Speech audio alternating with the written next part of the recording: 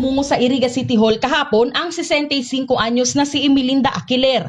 Bitbit ang mga papeles na kinakailangan para sa renewal ng business permit ng kanyang commercial building. Nakipila siya sa Business One-Stop Shop ng Local Economic and Investment Promotion Office. Ay, sa experience ko, for 3 years na kaya ako, okay man, ito, systematic man, pero ngayon ako social distances, mas lalong naging, di man naghahaloy ang lalo na ako senior citizen, na man kaagad. Mayo akong problema sa processing. Tumungo rin sa City Hall si Maria Fajardo. Nag-renew rin siya ng business permit ng pinapasukang ospital. Mas mainam daw kasi ang Business One-Stop Shop. Nakatitipid ito sa oras dahil isahan na lang ang lugar na pupuntahan. Nag-file ako pang yung assessment doon. Nag-file muna ako dyan, tapos after that, pumunta na ako doon, nagpa-assess. Ay, taday na nagsusurok-suka ng tao. Mas madali.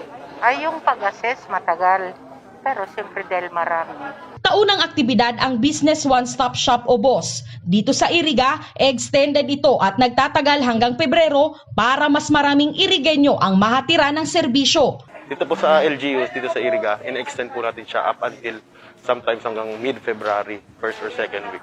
Ang kagandahan po nito is compared pag regular na processing, andito po lahat ng signatories. So very convenient sa ating mga taxpayers.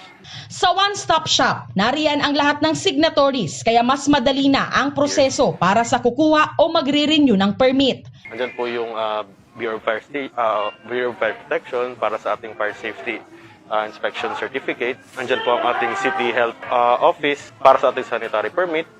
Then rin po ang ating City Engineer's Office para sa issuance ng building occupancy permit or nung annual safety. And andito rin po yung ating General Services Offices para sa ating garbage clearance. Sinisiguro rin na nasusunod ang minimum health standards.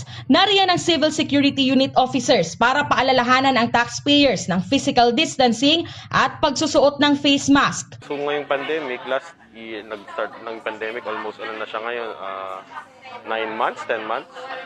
So, yung epekto nun, syempre, mas mababa yung mababa yung income nila. Yung iba nga na-paralyze. But then, I can see na yung mga Irigenyos is thriving. And yung ating LGU, may program po sila, like nagbibigay po sila ng discount sa ating mga business, sa ating mga negosyante. Sa ngayon, mahigit 200 taxpayers na ang tumungo sa kanilang opisina.